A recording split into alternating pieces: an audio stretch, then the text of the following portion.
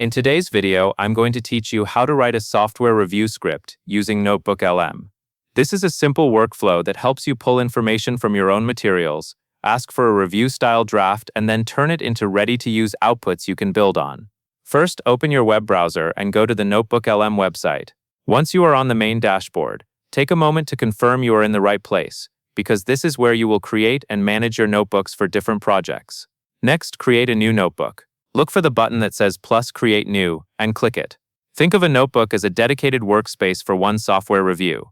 Keeping one product or one tool per notebook helps your sources stay organized and keeps answers more focused. Now you will upload your sources.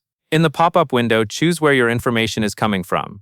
You can add PDFs, YouTube links, or files from your drive. As you add them, Notebooklm will populate the source panel on the left. This panel matters because it shows exactly what the system is allowed to reference. A helpful tip is to include sources that cover features, pricing, setup steps, limitations, and user experience, since these areas usually form the backbone of a solid software review script. After your sources are loaded, move to the chat panel in the center. Type a clear question or instruction. For example, ask it to generate a software review based on the uploaded sources. You will receive an answer that includes clickable citations.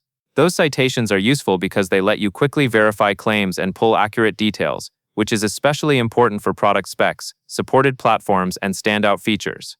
As you get useful sections of the draft, use the Save to Note option on any answer you want to keep. This is an easy way to collect a strong intro, feature breakdowns, pros and cons, and a closing summary in one place without losing track of good outputs. Finally, go to the Studio panel on the right to generate instant formats.